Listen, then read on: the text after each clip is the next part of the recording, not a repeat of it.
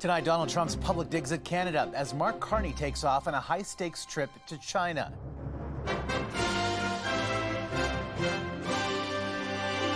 What the U.S. president said about Canadian cars and the North American trade deal. Canada would love it.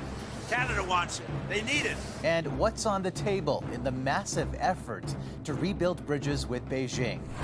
How the Clintons are responding to subpoenas, demanding they testify to Congress over the Epstein case. No one's accusing Bill Clinton of any wrongdoing. We just have questions. Plus, feeling the price pinch. So the goal was to make sure that people can feed their family at a low price, but without giving up quality. Which generation has lost its appetite for dining out?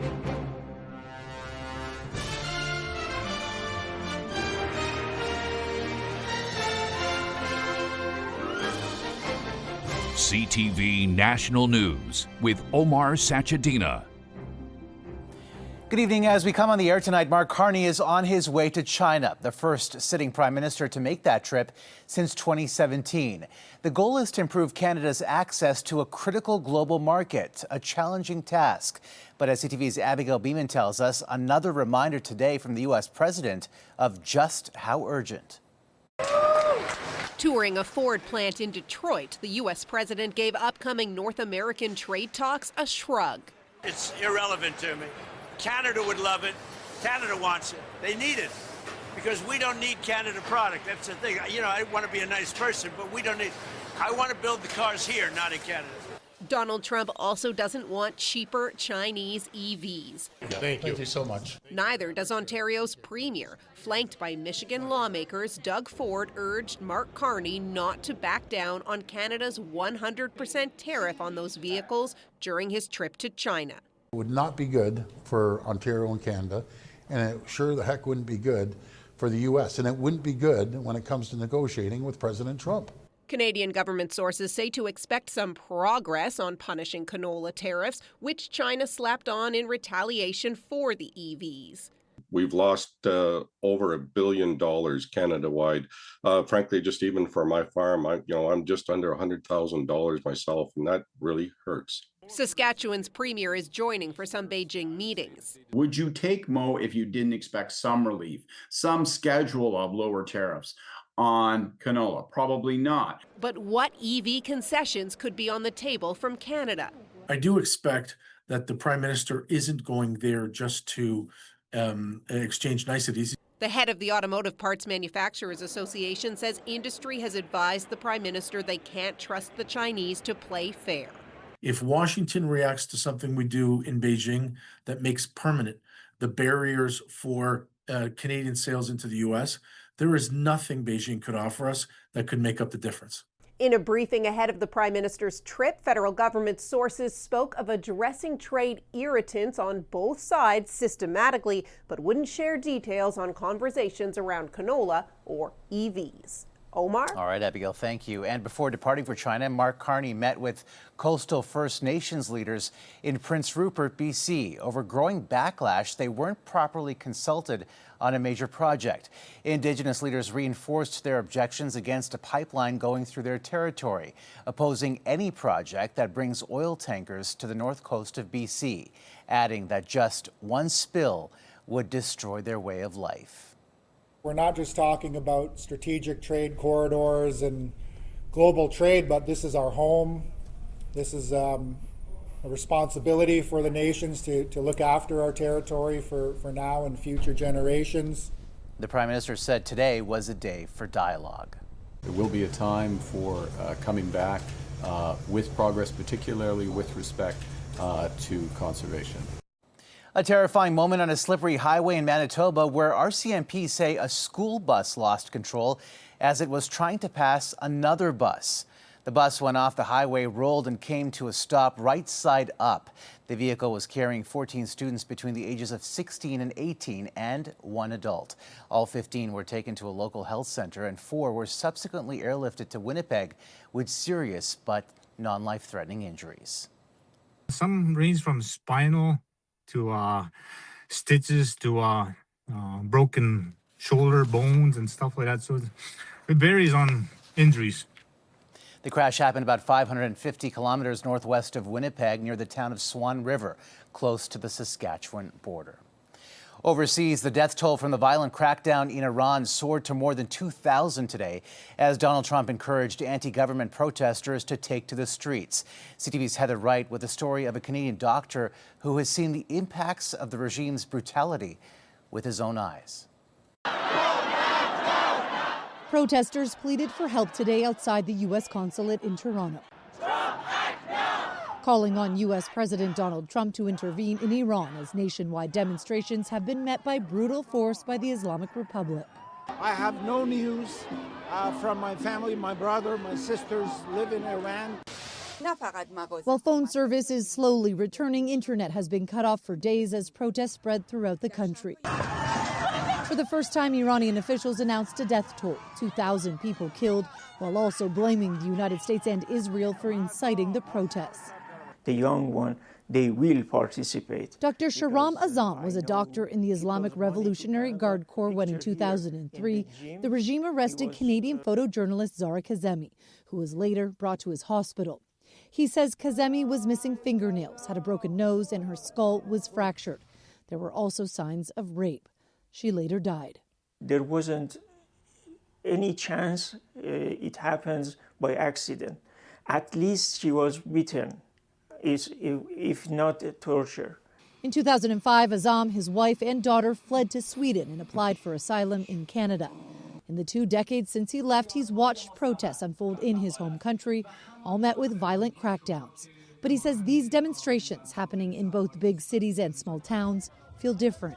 And I hope it's the end of this brutality, this regime, and these things happening to my people. Today, U.S. President Donald Trump told protesters in Iran that help is on the way, but declined to clarify what that help might look like.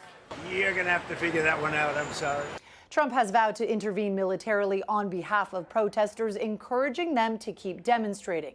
While the U.S. had previously said they wanted to find a diplomatic solution, today Trump said all meetings with Iranian officials have been canceled.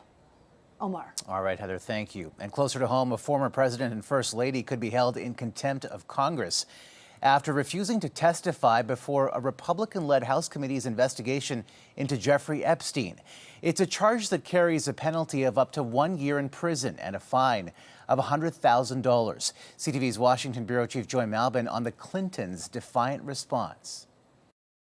It seems the Clintons have had enough of Republican efforts to force them to testify before a Republican-controlled congressional committee investigating Jeffrey Epstein's crimes. In a scathing letter, the Clintons slammed the subpoenas as legally invalid and therefore unenforceable. Bill Clinton refused to testify in person today. Hillary Clinton expected to be a no-show Wednesday, slamming the Republican-led investigation as nothing more than partisan politics. That didn't go over well with the Republican chair threatening the Clintons with contempt. Jeffrey Epstein visited the White House 17 times while Bill Clinton was president. No one's accusing Bill Clinton of any wrongdoing. We just have questions, and that's why the Democrats voted along with Republicans to subpoena Bill Clinton. The Trump Justice Department's latest batch of Epstein files show images of former President Clinton on Epstein's private jet, in the pool with Epstein's accomplice Ghislaine Maxwell, and in a hot tub. What the Clintons call irrelevant, decades-old photos that you hope will embarrass us. The former president says he knew nothing of Epstein's crimes and their written sworn testimony should be enough. He's gutless. You know, he's going to hide behind Hillary's skirt. And they just thumb their nose at the system that they swore an oath to uphold. Bill Clinton had a well-documented friendship with the convicted sex offender, as did President Donald Trump. But the Republican chair says they can't force a sitting president to testify. It's rare that Congress subpoenas former presidents, but it has happened. President Trump was supposed to testify about the January 6th attack after he left office, but Trump ignored that subpoena. Omar? Joy Malbin in Washington tonight. Joy, thanks. American actor Timothy Busfield, known for playing the senior White House correspondent in the hit show The West Wing, has turned himself in to face child sex abuse charges. A warrant for Busfield was issued after 2 children reported that he allegedly touched them inappropriately. The criminal complaint alleges the acts occurred on the set of the series The Cleaning Lady between 2022 and 2024. Busfield, who won an Emmy in 1991 for the drama series 30-something, has denied the allegations. Back in this country, a vacancy is about to open up on Canada's highest court. Justice Sheila Martin has announced she will retire from the Supreme Court of Canada on May 30th. In a statement, Martin says she is deeply grateful for the opportunity to have served Canadians on the High Court, calling it an honor and a highlight of her professional life. The Montreal-born justice was first appointed as a judge in 2005 and named to the Supreme Court in 2017. Martin is retiring a day shy of her 70th birthday and well before the mandatory age for Supreme Court justices, 75. In other news, from threats to lewd acts, unruly passengers are causing disruptions in the air and grounding flights all across Canada. CTV's Kathy Lee on which flights are facing the most turbulence on board. Passenger misbehavior is creating turbulence in the cabin, with Canadian transportation authorities logging 114 incidents last year, triggering delays, diversions, and turnbacks. These delays just have a chain reaction. They affect everybody on the flight, including Tony Martins, whose European trip last spring started out bumpy and interrupted by an unruly passenger. I think he was drunk.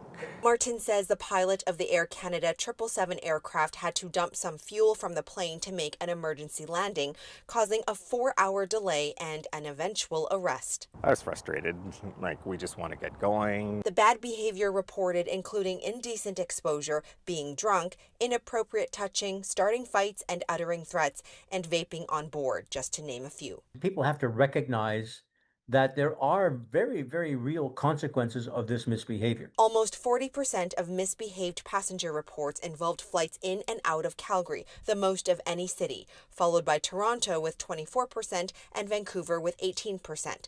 WestJet was involved in nearly 60% of those cases. It's hub-based in Calgary. In a statement, a WestJet and Sunwing spokesperson said the airlines have zero tolerance for this behavior, and Air Canada tells CTV News it carries 40 million customers annually, and the number of disruptive passenger incidents during the year is minuscule by comparison. When bad behavior causes a flight diversion, it not only puts the safety of the passengers at risk, it comes with a substantial cost. An aviation expert says dumping fuel and diverting a plane like a 777 can cost at least $100,000. Kathy Lee, CTV News, Calgary. Canadians have kicked off the new year with plans to make big spending cuts. A survey found 2/3 are expected to slash their budgets, with some targeting savings on food. CTV's Quebec Bureau Chief Geneviève Beauchemin on who is making sacrifices and how. This Italian grocery store and sandwich counter is whimsically called Tony Bologna. So we make small batch every day. On the menu at this father and son shop, a focus on best quality for the lowest price. Just like I have families to feed, they have families to feed. So the goal was to make sure that people can feed their family at a low price, but without giving up quality. The pasta, we have it at $1.75 a bag. We make homemade tomato sauces, meat sauce, and rosé, and all the classics. So you can feed a family of 4 for $7 for a plate of pasta. That hits the spot.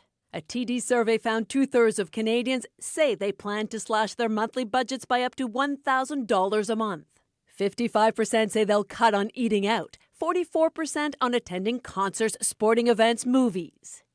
Many plan other belt-tightening measures like cutting down on subscriptions and fewer retail purchases. But it seems younger Canadians appear set to make more sacrifices. A whopping 86% of Gen Z say they're preparing to slash their budget. Compare that to 43% of boomers. They're leaning in more into their loyalty programs, into budgeting, and also into no spending challenges, which are becoming very popular with this younger generation.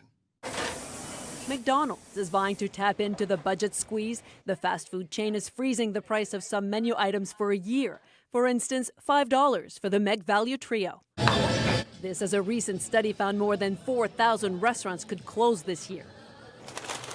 At Tony Bologna's, father and son say people still gotta eat, and they want to feed neighborhood families well. So that's why we even have all the ingredients here at the low price that you could go home and do it yourself if you want to. And we'll have to see just how long Canadians will be forced to stick to that resolution. to cut back. Geneviève Beauchemin, CTV News, Montreal. Coming up. Lives are at risk. The TikTok challenge posing a dangerous threat to drivers. Plus, how cuts at Statscan could impact the data Canadians rely on.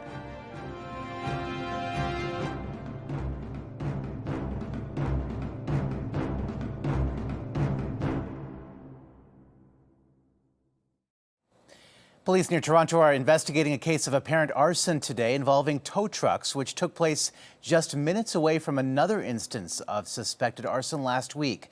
Security video shows a suspect holding what appears to be a gas canister while walking around vehicles in a lot in Brampton, Ontario. Moments later, the vehicles, including 2 tow trucks, ignite.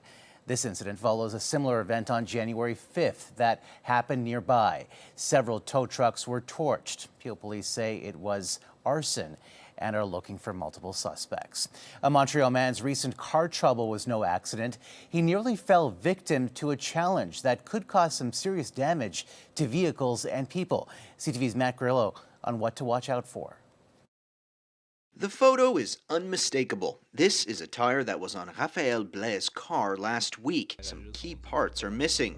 The lug nuts that help fasten the tire were suddenly gone. He says his partner noticed the problem just before getting on the highway. Faisait des gros bruits.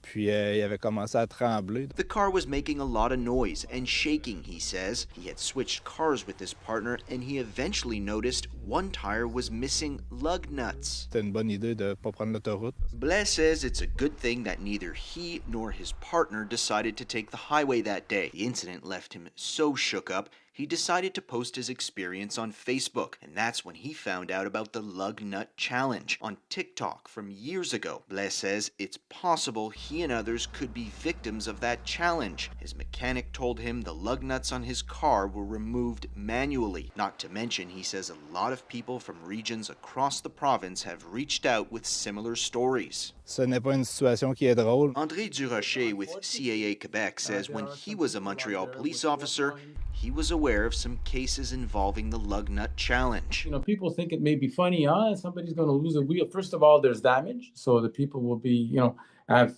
physical damage on their car, but lives are at risk. In a statement, the SQ says if it is determined that the act was intentional or a prank, it could constitute a criminal offense of mischief or a charge of criminal negligence. Durocher says giving your car a once-over before driving could help. We always say that you should look around your vehicle when you get into it.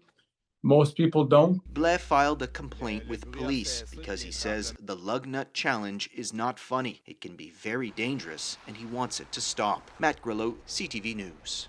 Still ahead, the big picture impact of cutbacks at Statistics Canada.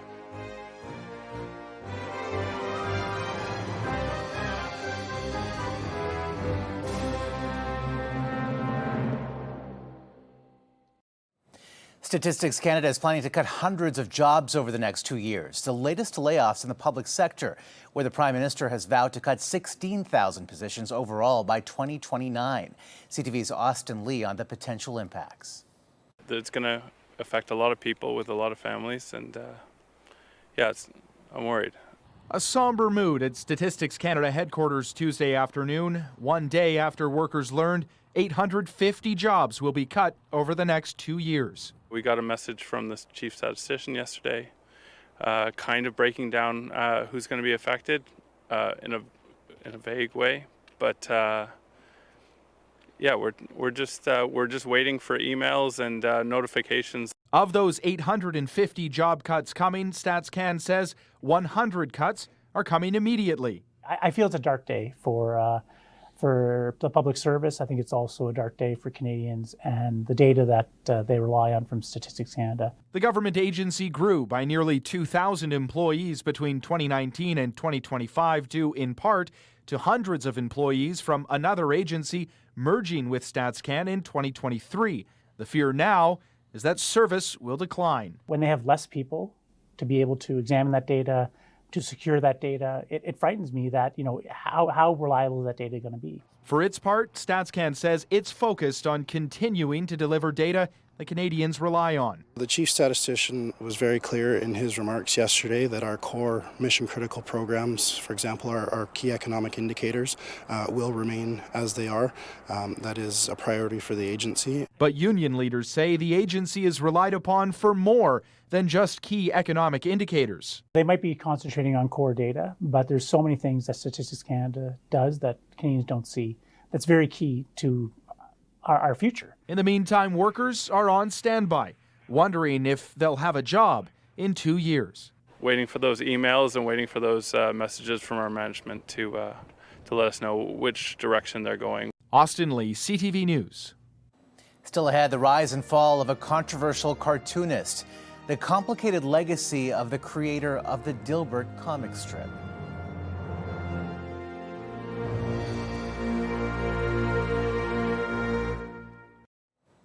Scott Adams, the controversial American cartoonist behind the popular comic strip Dilbert, has died of cancer at the age of 68.